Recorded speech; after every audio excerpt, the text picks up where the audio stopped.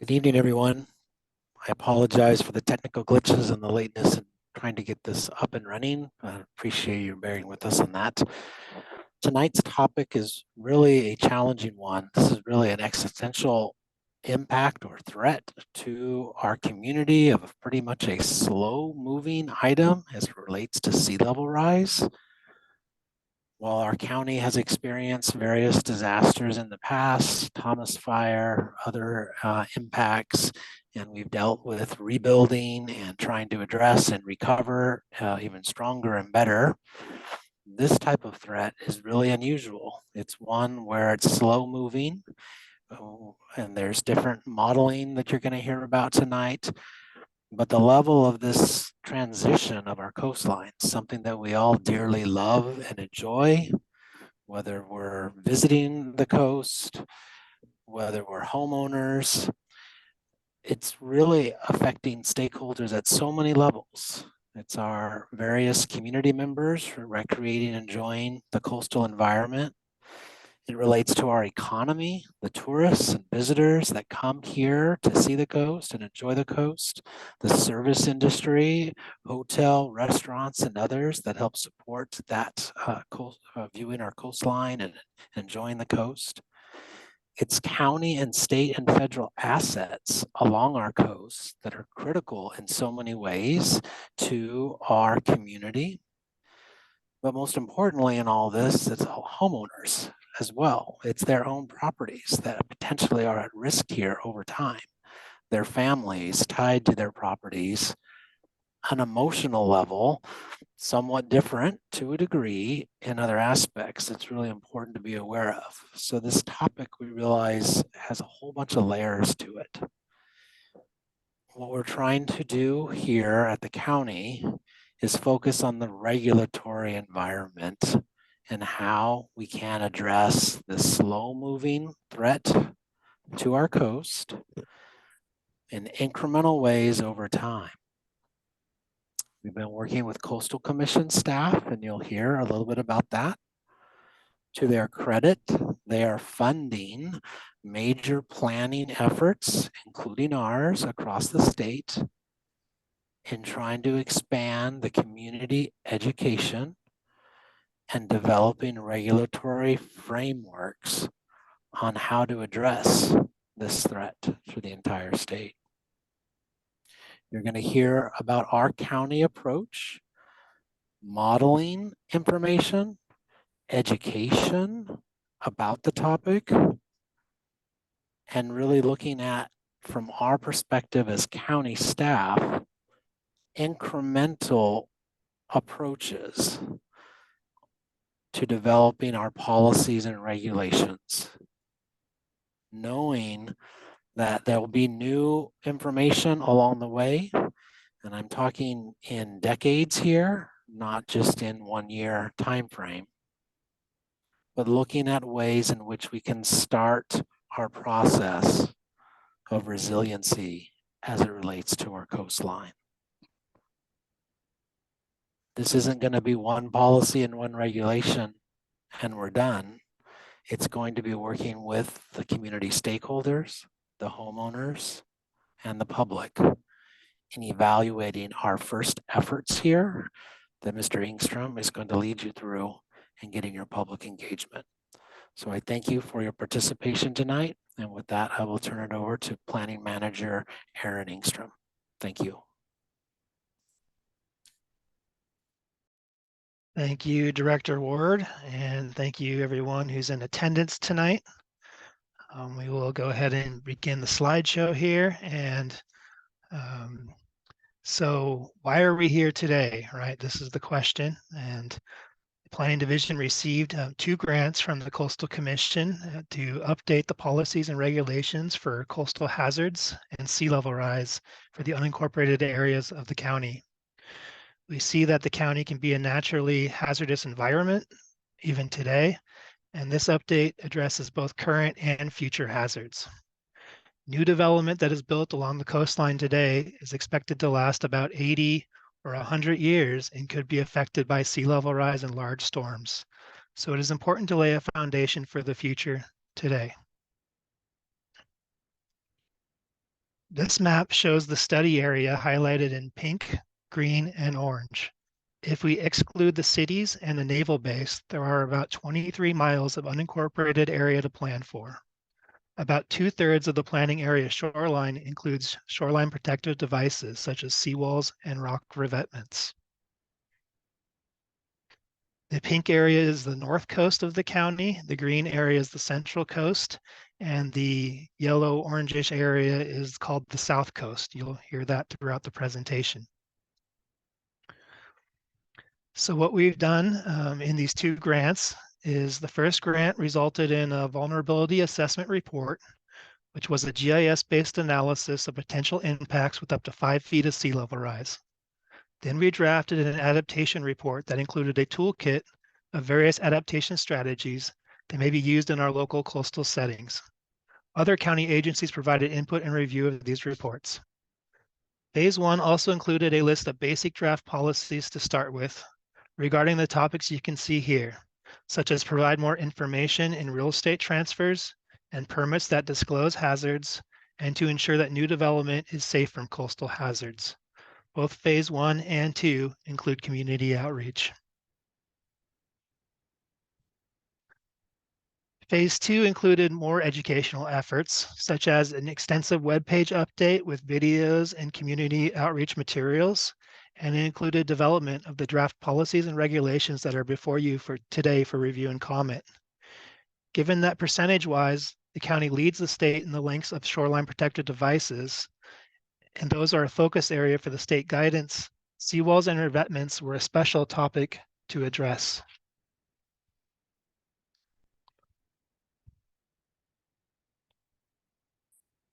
But before we get too far into the proposed amendments, we will conduct a brief review of the science and setting. In order to plan for sea level rise, we also need to plan for the combined effects of erosion, wave storms, and river flooding, as shown in these photos.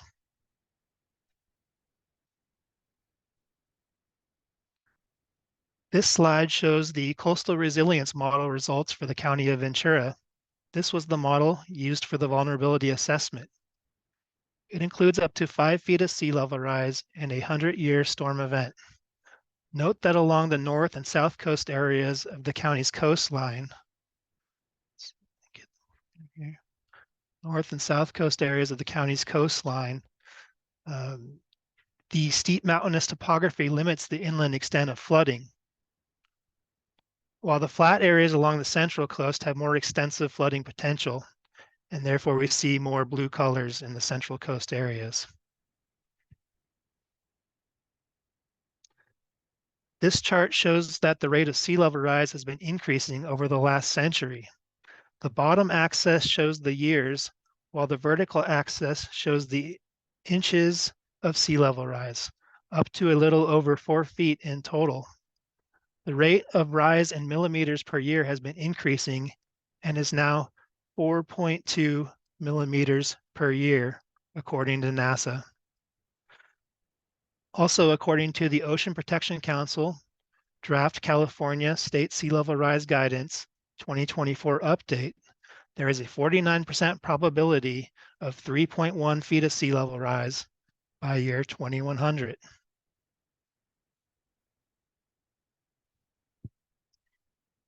But this depends on the melt rate of glaciers and ice sheets, which is not fully understood by the scientific community. And if one of the polar ice sheets collapses into the ocean, sea level rise amounts will rapidly increase. The county is no stranger to existing hazards. This slide shows some historical images of coastal hazards that affect the county's north coast, including flooding, storm waves, and coastal erosion.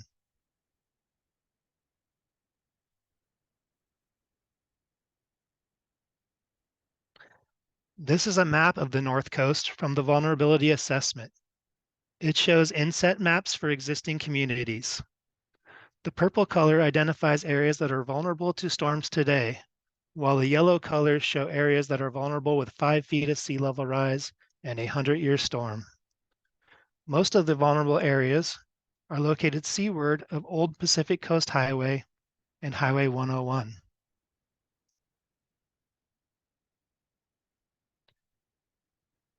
Based on the vulnerability map, the draft amendments include a coastal hazard screening area, as shown here.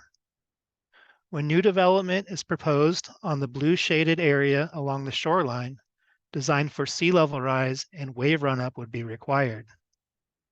New development in the green shaded area would need to be designed to include planning for sea level rise and storm floods.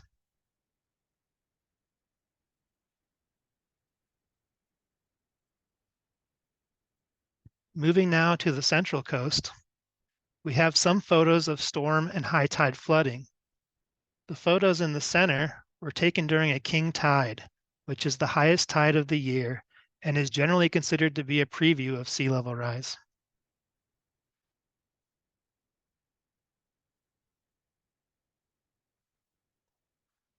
Here we see the vulnerability map for the Central Coast. Along the Santa Clara River, fluvial river flooding caused by rain events could mix with rising tides and impact agricultural areas inland of McGrath State Park. Levee projects along the Santa Clara River will reduce flooding through the city of Oxnard. The most populated unincorporated area communities that lie along the shoreline are in Hollywood Beach and Silver Strand, shown on the inset map on the right. These neighborhoods are vulnerable with up to 5 feet of sea level rise and are a focus area for the proposed amendments.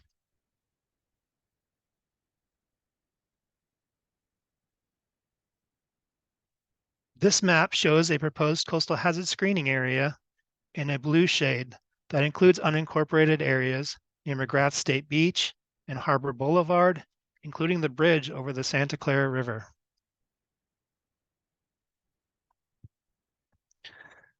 This map shows the proposed coastal hazard screening areas for Hollywood Beach and Silver Strand communities.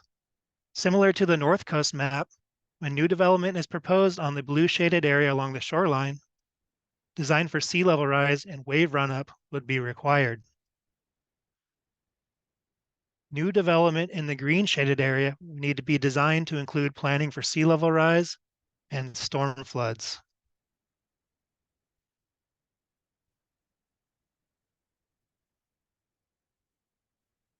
And lastly, the South Coast includes areas with river flooding potential along Cayugas Creek and erosion risks along Pacific Coast Highway.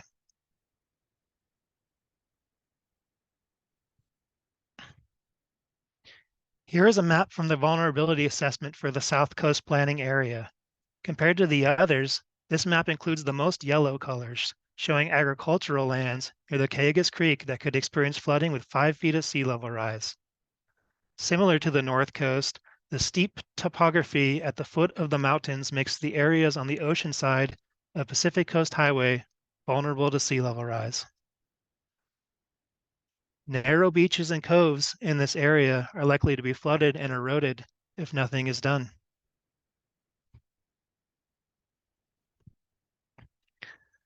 This map shows the proposed coastal hazard screening area for the South Coast.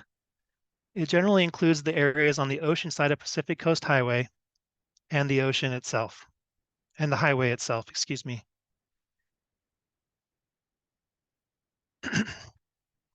So a few years ago, the federal government, FEMA, updated its special flood hazard zones for the shorelines, and they included height increases of more than average that would apply to new development on the north and south coast of the county. However, the FEMA flood zones only cover parts of the shoreline and are based on historic data. By requiring design for 5 feet of sea level rise in areas that FEMA zones do not cover, the neighborhood scale design will be more consistent.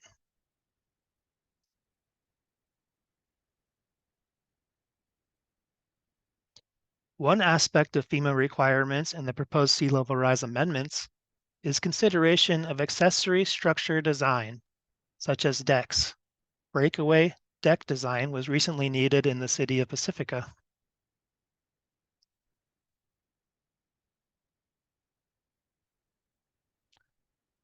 Unlike the North and South Coast, the Central Coast communities of Hollywood Beach and Silver Strand are not included in a FEMA special flood hazard zone. The FEMA zones stop at the beach, indicating that historically the beaches were wide and high enough to protect the neighborhoods. However, sea level rise modeling shows these neighborhoods are vulnerable to sea level rise, with Silver Strand being vulnerable with 2.5 feet of sea level rise and a 100-year storm. This map shows that the flooding would originate from the harbor and canals in the port before it overtops the beaches.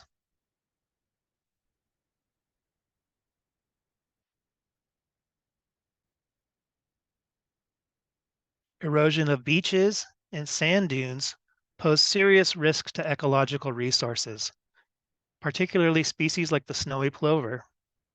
Estuaries could become deeper, less diverse, and more brackish. This photo shows the wetlands at Point Mugu during a king tide.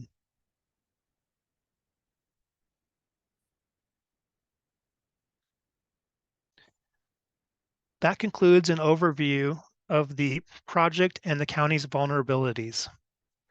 Now we will move on to the proposed amendments.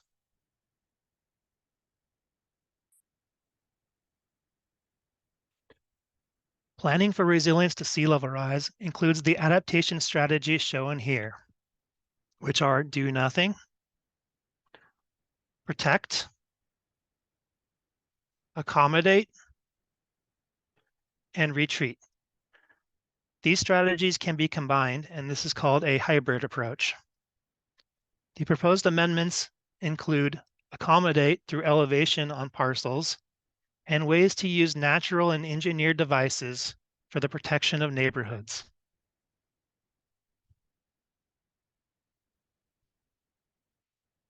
Adaptation strategies include trade-offs related to the initial costs to build them, ongoing costs to maintain them, and whether they also provide any public benefits such as coastal access and habitat.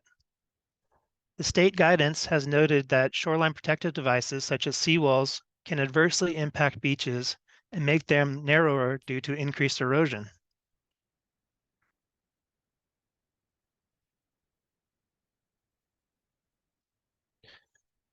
The draft goals and policies and programs included in the Coastal Area Plan and are available for review on the VC Resilient webpage. Most of the proposed amendments are included in a new section 4.1.6. This section includes about 50 policies to design development for resilience and plan for neighborhoods and coordinate regional adaptation with other agencies. There are also about 20 policies for natural adaptation strategies. Some of the general plan policies for shorelines and climate change planning are also proposed to be included in the Coastal Area Plan. There are about a dozen programs that include sea level rise monitoring and neighborhood scale planning. One key aspect of the proposed amendments is that as new development occurs and redevelopment occurs in a coastal hazard screening area, it would need to be designed in accordance with this table. It shows the types of uses, how long the development is expected to last, and which sea level rise scenario to apply. So for example, a new residential structure can reasonably be expected to last 75 years, even though that depends on maintenance, and the intermediate high scenario would apply. This would require design for 4.9 feet of sea level rise. This is a chart from the recent state guidance update. It shows how to calculate that planning for 4.9 feet would be required for a structure that has a 75-year expected development time frame and would use the intermediate high scenario. The red circle shows that if it was built in 2025, then by 2100, it would need to withstand 4.9 feet of sea level rise.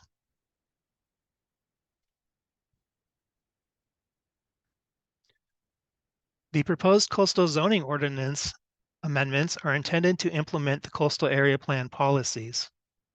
Article 5 includes the most amendments such as standards for detachable accessory uses, changes to allow porches and decks to extend into setbacks into the RB and RBH zones, and development standards for shoreline protective devices.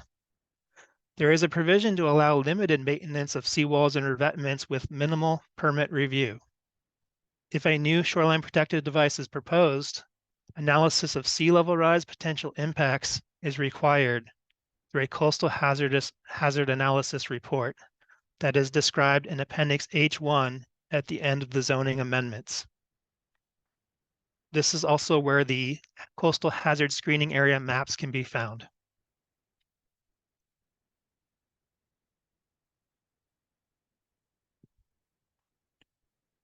This is a diagram showing an example of a structure with a shoreline protective device on a narrow beach. This is similar to the setting on the north and south coasts.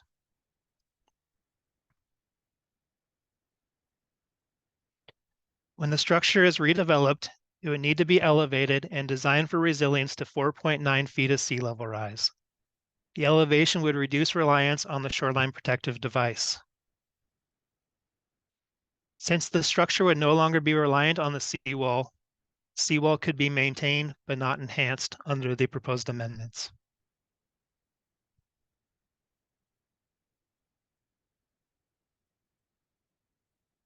This is a diagram showing an example of a structure on a wide beach. This is similar to the setting on the central coast. When the structure is redeveloped, it would need to be elevated and designed for resilience to 4.9 feet of sea level rise. While the structure would be resilient to sea level rise, the beaches would be managed with dunes, berms, including some with cobble foundations if needed.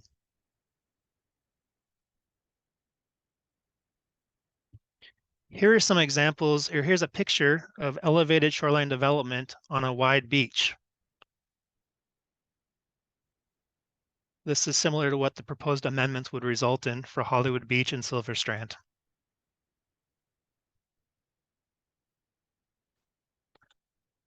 Along the shoreline in Coastal Hazard Screening Area A, elevated decks would need to be cantilevered. At-grade decks would need to be designed to be removed or to break away under flood forces.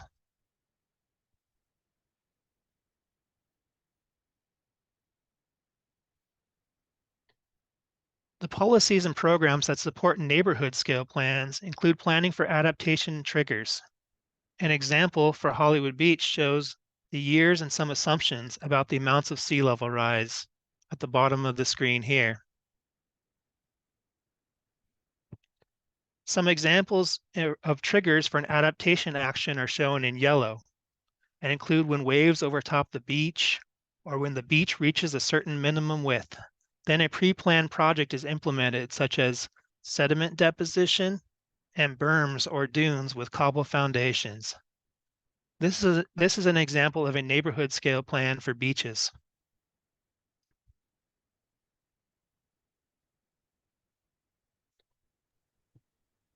So that concludes the basic summary of the proposed amendments.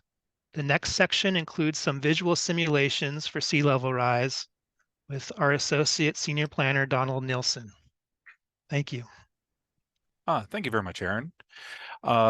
So for this particular section, I'm going to go over some of these visual simulations as to what sea level rise may have on your communities and what potential new development or redevelopment may actually look like. So really, before I go into these simulations, I first want to note that these are representative for discussion purposes, and the heights, they have been approximated based off of the available information at previous projects, such as if there was a recent development there. Additionally, the heights contained within these simulations, they are based off of, it's the 5-foot sea level rise projection, as well as the FEMA's special flood hazard areas. So this one, we'll just kind of go through these really quick, and I promise we are almost done with our presentation after this. So the North Coast itself is actually dotted with multiple small communities, but most of them have limited impacts on some of the view sheds from the public area, specifically from Highway 101. Because of this, staff actually created 5 different simulations along the coastline to show the potential impacts that these draft sea level rise regulation amendments and the FEMA requirements could have on these communities when any new or redevelopment occurs. So first, we actually are going to take a quick look over at Muscle Shores, as you can see here. A 5-foot increase, sea level increase, it would actually reduce or eliminate the narrow beaches of this particular community. But a majority of the homes, they may not actually have to do that, have to increase their height, with the exception of a handful of the homes. And that's just because of how far this community does sit above sea level. And so you can kind of see that here. Now we're going to go ahead and move down south a little bit, coming up to Sea Cliff. In this particular community, the FEMA requirements of this community, they can actually see an increase in the building heights by as much as 7 feet. In this case, the FEMA flood requirements, those would actually be the prevailing standard for requiring an elevation increase. So you can see that in the bottom image. And here, this is a view of the same community as you're kind of driving southbound on the 101 freeway, kind of as a potential if multiple homes were to be redeveloped.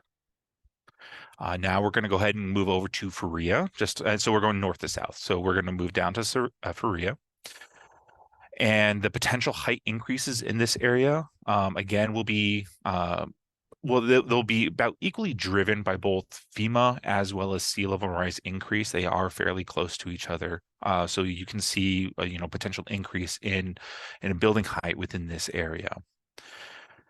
And while Faria predominantly does sit further away from the 101, and it is separated by some significant landscaping, one can still see that's the potential redevelopment of these homes if you're traveling primarily southbound on Highway 101.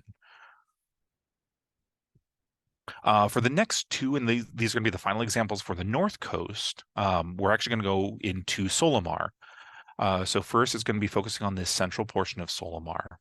In this central portion, we can actually see that sea level rise will be the prevailing standard for the elevation increase.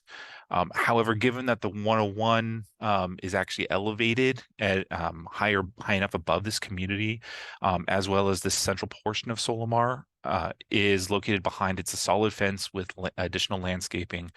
We're not really seeing that there would be visual impacts that would obstruct public views of the coastline. Say that 10 times fast. Okay, now same community, we move a little bit further south. We're going to see similar effects in the southern portion of Solomar. Here you can see that the FEMA flood zones will again cause an increase in the building height. So any redevelopment of this area, it may seem a little bit more pronounced given some of the lower profile of the existing in some of the older homes. But yet again, this won't really cause a significant visual impact of the coastline because the coastline and the ocean is already obscured by the existing, a lot of this existing homes, fencing and landscaping in the area. So you really can't see it today.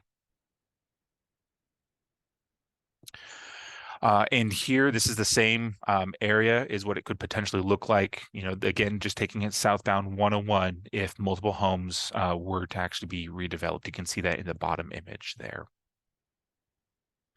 Now we're going to go ahead and shift from the north coast down to the south coast. The south coast of the county, it's a relatively rugged area, and it represents the only coastal community that we have in the south coast is Solomar. Given this, staff produced only its 2 simulations for this particular segment. First is Yerba Buena Beach. This one is directly across from Neptune's Net. And Here we could see it's like a 5-foot increase in sea level rise would actually significantly reduce this major south coast beach, so that the only that's left is going to be a very narrow beach, or the beach would be eliminated entirely in some locations. There are some view sheds of the ocean and some of the multifamily development from the Pacific Coast Highway, or PCH, again in Solromar. And so we're going to take a quick look at Whalers Cove, or it's really now Malibu Shores Village. And from here, we can see that any redevelopment or new development or new construction, it would incrementally affect the ocean views of the ocean from Pacific Coast Highway. We do want to note that in this particular case, the amount of elevation required increase for any new development or redevelopment would be kind of treated the same from both FEMA and sea level rise. One's 5, one's 6 feet, so since they are about the same. So this really concludes the visual simulation section of our presentation. So for the summary, I'm going to go ahead and hand it back off to Aaron. Thank you. Thank you, Donald. And so wrapping up the presentation here, basically in summary, right, sea level rise is a slow looming threat that will increase first with storms that will become more frequent, and then rising tides will kick in the next couple decades or so. There are a variety of existing communities along our coastline, and there's different conditions to plan for along the 23 miles in our unincorporated area. These proposed amendments represent a first step in planning for sea level rise that is focused on phasing in adaptation as new development occurs. The proposed amendments would begin a long-term process to reduce the county's reliance on shoreline protective devices while allowing maintenance on existing devices and elevating new principal development to ensure it is safe. Future phases could include neighborhood scale plans that focus on a comprehensive approach to achieving resilient communities.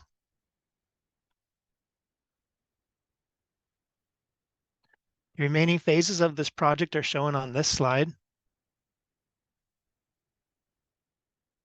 The public comments regarding the draft amendments are due on July 20th. That's a 45-day public review period, followed by adoption hearings at the Planning Commission and the Board of Supervisors at the end of this year and into early next year. So with that, that concludes our presentation for the day. And again, these amendments can be accessed here on this webpage, or simply Google VC Resilient, and usually it comes up. It's also can be navigated through the Planning Division webpage as well under Long Range Projects. You can submit comments to myself, please. My name is Aaron Engstrom at ventura.org, or give me a call if you have any questions at the number shown here on the screen. So with that, we will stop the recording and then go into open up the discussion here to questions and comments. And so I'll hand it back to Abigail. Are you still with us? I sure am. All right. What have we got going?